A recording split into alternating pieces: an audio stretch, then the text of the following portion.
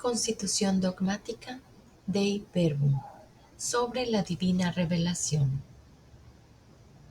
Pablo, obispo, siervo de los siervos de Dios, juntamente con los padres del Sacrosanto Concilio, para perpetua memoria. Constitución dogmática Dei Verbum sobre la divina revelación. Proemio. Número 1. El Santo Concilio, escuchando religiosamente la palabra de Dios y proclamándola confiadamente, hace suya la frase de San Juan, cuando dice: Os anunciamos la vida eterna, que estaba en el Padre y se nos manifestó. Lo que hemos visto y oído, os lo anunciamos a vosotros, a fin de que viváis también en comunión con otros, y esta comunión nuestra sea con el Padre y con su Hijo Jesucristo. Primera de Juan, capítulo 1, versículo del 2 al 3. Por tanto, siguiendo las huellas de los concilios Tridentino y Vaticano I, se propone exponer la doctrina genuina sobre la divina revelación y sobre su transmisión, para que todo el mundo, oyendo, crea el anuncio de la salvación,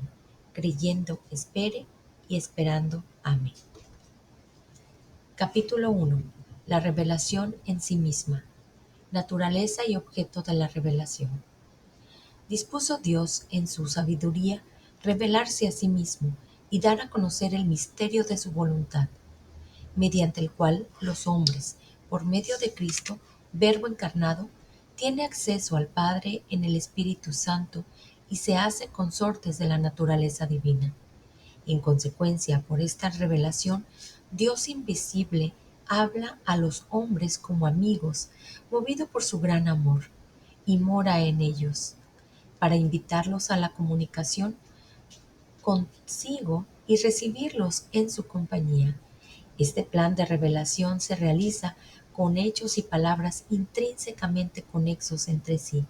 de forma que las obras realizadas por Dios en la historia de la salvación manifiestan y confirman la doctrina y los hechos significados por las palabras, y las palabras, por su parte, proclaman las obras y esclarecen el misterio contenido en ellas. Pero la verdad íntima acerca entre Dios y acerca de la salvación humana se nos manifiesta por la revelación en Cristo, que es a un tiempo mediador y plenitud de toda la revelación. Preparación de la revelación evangélica. Dios, creándolo todo y conservándolo por su verbo, da a los hombres testimonio perenne de sí en las cosas creadas, y queriendo abrir el camino de la salvación sobrenatural, se manifestó, además, personalmente a nuestros primeros padres ya desde el principio. Después de su caída alentó en ellos la esperanza de la salvación, con la promesa de la redención, y tuvo incesante cuidado del género humano para dar la vida eterna a todos los que le buscan la salvación con la perseverancia en las buenas obras. En su tiempo llamó a Abraham para hacerlo padre de un gran pueblo, al que luego instruyó por los patriarcas, por Moisés y por los profetas, para que lo reconocieran Dios único, vivo y verdadero, Padre providente y justo juez, y para que esperaran al Salvador prometido, y de esta forma, a través de los siglos, fue preparando el camino del Evangelio. Cristo lleva a su culmen la revelación. Después de que Dios habló muchas veces y de muchas maneras por los profetas, últimamente en estos días nos habló por su Hijo, pues envió a su Hijo, es decir, al Verbo eterno, que ilumina a todos los hombres, para que viviera entre ellos y les manifestara los secretos de Dios. Jesucristo, pues, el Verbo hecho carne, hombre enviado a los hombres, habla palabras de Dios y lleva a cabo la obra de la salvación que el Padre le confió. Por tanto, Jesucristo, al ver cuál es el Padre, con su total presencia y manifestación personal, con palabras y obras, señales y milagros, y sobre todo con su muerte y resurrección gloriosa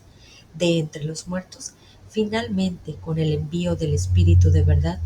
completa la revelación y confirma con el testimonio divino que vive Dios con nosotros para librarnos de las tinieblas del pecado y de la muerte y resucitarnos a la vida eterna.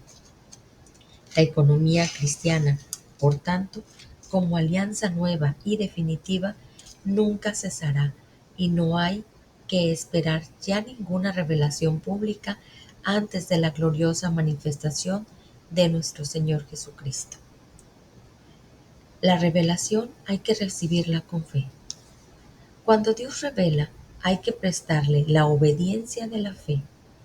por la que el hombre se confía libre y totalmente a Dios, prestando a Dios revelador el homenaje del entendimiento y de la voluntad, y asintiendo voluntariamente a la revelación hecha por Él. Para profesar de esta fe es necesaria la gracia de Dios, que previene y ayuda, y los auxilios internos del Espíritu Santo, el cual mueve el corazón y lo convierte a Dios, abre los ojos de la mente y da a todos la suavidad en el aceptar y creer la verdad. Y para que la inteligencia de la revelación sea más profunda, el mismo Espíritu Santo perfecciona constantemente la fe por medio de sus dones. Las verdades reveladas. Mediante la revelación divina, quiso Dios manifestarse a sí mismo y los eternos decretos de su voluntad acerca de la salvación de los hombres, para comunicarles los bienes divinos que superan totalmente la comprensión de la inteligencia humana. Confiesa el Santo Concilio que Dios, principio y fin de todas las cosas, puede ser conocido con seguridad por la luz natural de la razón humana, partiendo de las criaturas, pero enseña que hay que atribuir a su revelación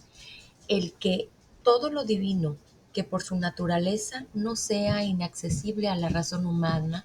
lo pueden conocer todos fácilmente, con certeza y sin error alguno, incluso en la condición presente del género humano. Capítulo 2. Transmisión de la revelación divina. Los apóstoles y sus sucesores heraldos del Evangelio. Dispuso Dios benignamente que todo lo que había revelado para la salvación de los hombres permaneciera íntegro para siempre y se fuera transmitiendo a todas las generaciones. Por ello, Cristo Señor, en quien se consuma la revelación total del Dios Sumo, mandó a los apóstoles que predicaran a todos los hombres el Evangelio, comunicándoles los dones divinos. Este evangelio prometido antes por los profetas lo completó él y lo promulgó con su propia boca, como fuente de toda verdad salvadora y de la ordenación de las costumbres, lo cual fue realizado fielmente, tanto por los apóstoles, que en la predicación oral comunicaron con ejemplos e instituciones lo que había recibido por la palabra, por la convivencia y por las obras de Cristo, o habían aprendido por la inspiración del Espíritu Santo, como por aquellos apóstoles y varones apostólicos que bajo la inspiración del mismo Espíritu escribieron el mensaje de la salvación. Mas para que el Evangelio se conservara constantemente íntegro y vivo en la Iglesia, los apóstoles dejaron como sucesores suyos a los obispos, entregándoles su propio cargo del magisterio. Por consiguiente, esta sagrada tradición y la Sagrada Escritura de ambos testamentos son como el espejo en que la Iglesia peregrina en la tierra contempla a Dios, de quien todo lo recibe hasta que le sea concedido el Verbo cara a cara, tal como es. La sagrada tradición. Así pues, la predicación apostólica, que está expuesta de un modo especial en los libros inspirados, debía conservarse hasta el fin de los tiempos por una cuestión continua. De ahí que los apóstoles, comunicando lo que ellos mismos han recibido, amonestan a los fieles que conserven las tradiciones que han aprendido o de palabra o por escrito, y que sigan combatiendo por la fe que se les ha dado una vez para siempre. Ahora bien, lo que enseñaron los apóstoles encierra todo lo necesario para que el pueblo de Dios viva santamente y aumente su fe, y de esta forma la Iglesia, en su doctrina, en su vida y en su culto, perpetúa y transmite a todas las generaciones todo lo que ella es, todo lo que cree. Esta tradición que deriva de los apóstoles progresa en la Iglesia con la asistencia del Espíritu Santo, puesto que va creciendo en la comprensión de las cosas y de las palabras transmitidas, ya por la contemplación y el estudio de los creyentes que las medita en su corazón, y ya por perpetua íntima que experimentan de las cosas espirituales, ya por el anuncio de aquellos que con la sucesión del episcopado recibieron el carisma cierto de la verdad, es decir, la Iglesia, en el decurso de los siglos, tiende constantemente a la plenitud de la verdad divina, hasta que en ella se cumplan las palabras de Dios. Las enseñanzas de los santos padres testifican la presencia viva de esta tradición, cuyos tesoros se comunican a la práctica y a la vida de la Iglesia creyente y orante. Por esta tradición conoce la Iglesia el canon íntegro de los libros sagrados, y de la misma Sagrada Escritura se van conociendo en ella más a fondo y se hace incesantemente operativa, y de esta forma Dios, que habló en otro tiempo, habla sin intermisión de la esposa de su amado Hijo, y el Espíritu Santo, por quien la voz del Evangelio resuena viva en la Iglesia y por ella en el mundo,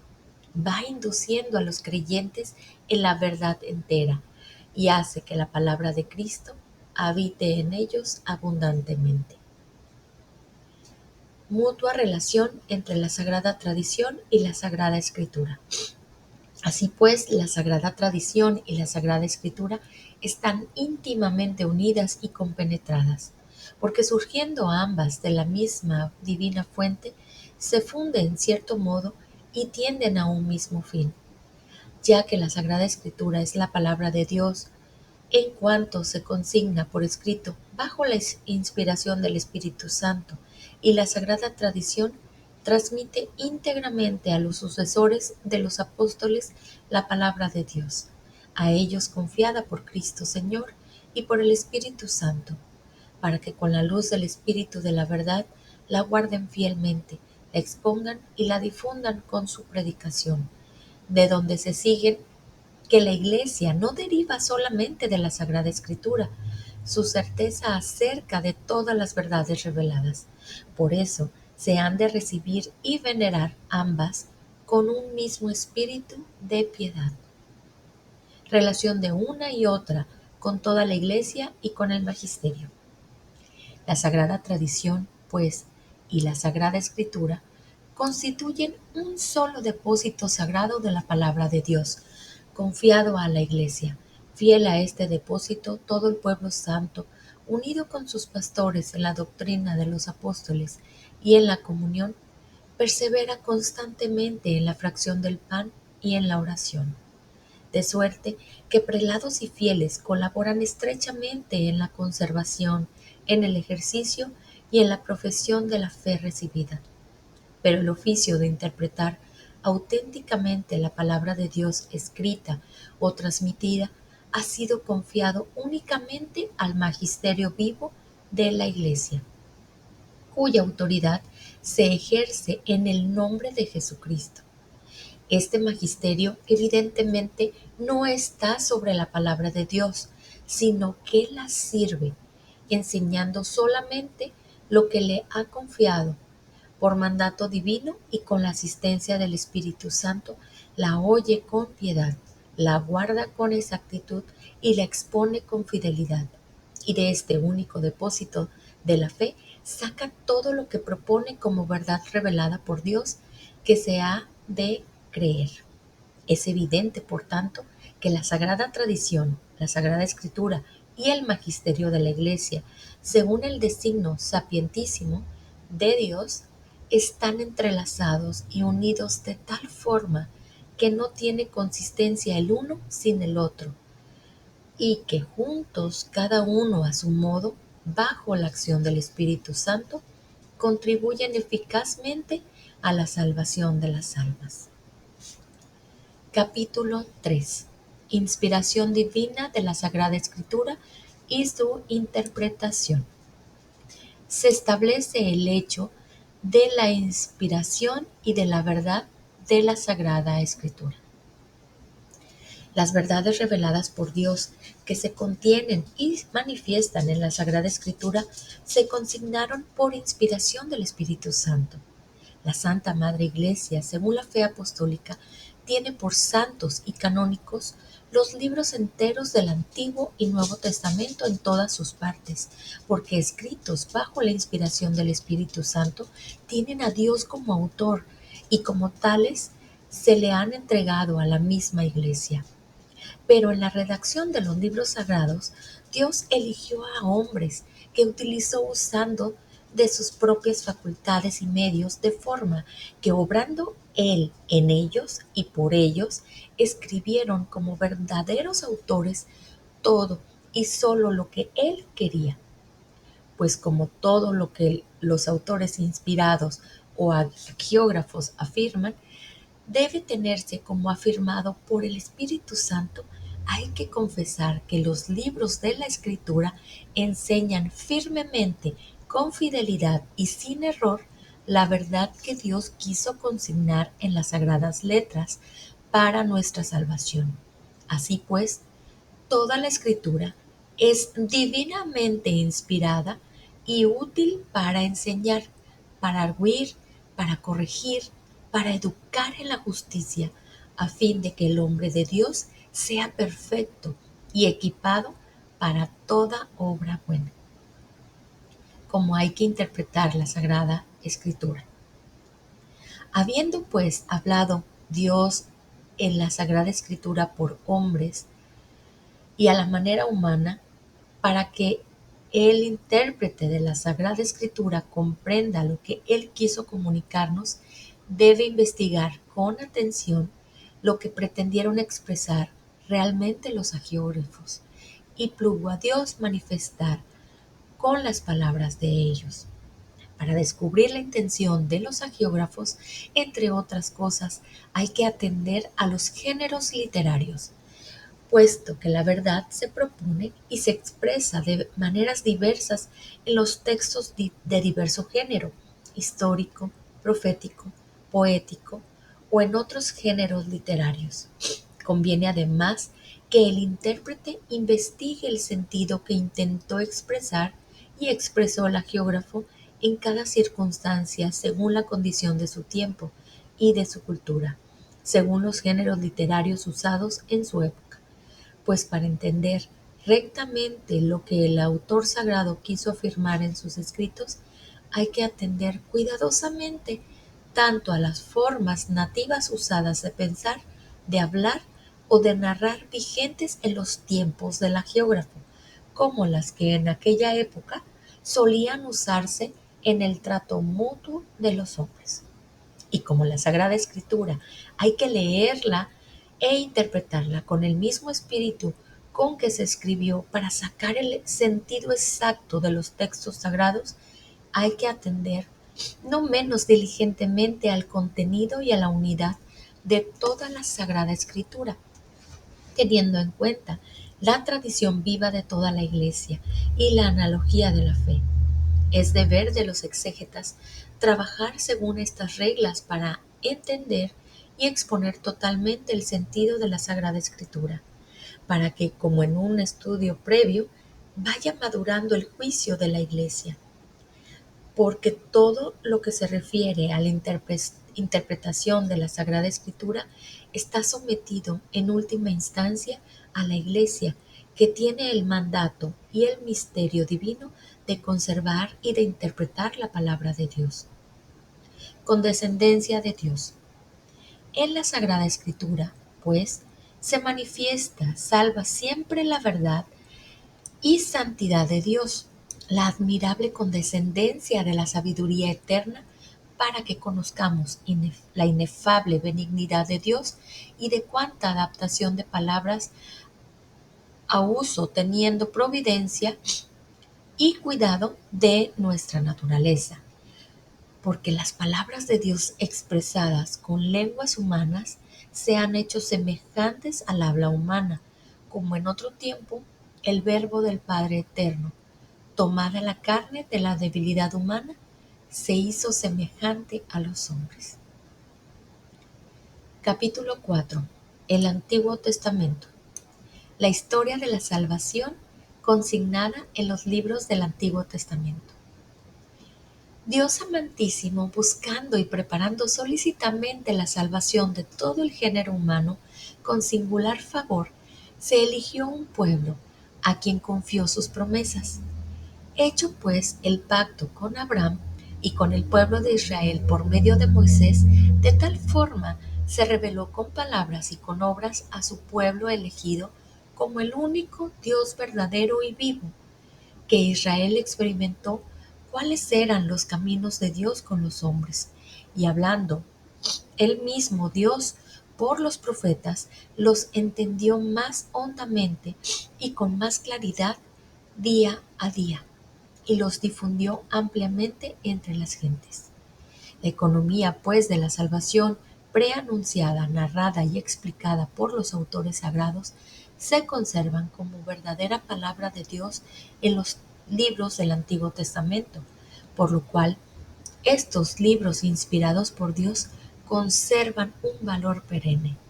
pues todo cuanto está escrito para nuestra enseñanza fue escrito, a fin de que por la paciencia y por la consolación de las Escrituras estemos firmes en la esperanza.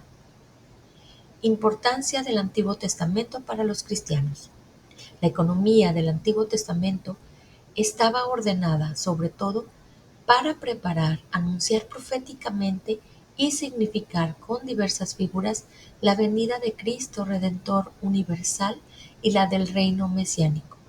Mas los libros del Antiguo Testamento manifiestan a todos el conocimiento de Dios y del hombre y las formas de obrar de Dios justo y misericordioso con los hombres, según la condición del género humano en los tiempos que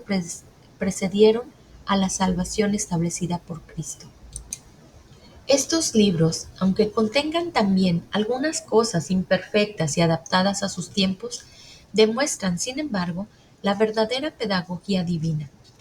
Por tanto, los cristianos han de recibir devotamente estos libros que expresan el sentido vivo de Dios y en los que se encierran sublimes doctrinas acerca de Dios y una sabiduría salvadora sobre la vida del hombre, y tesoros admirables de oración, y en los que por fin está latente el misterio de nuestra salvación. Unidad de ambos testamentos.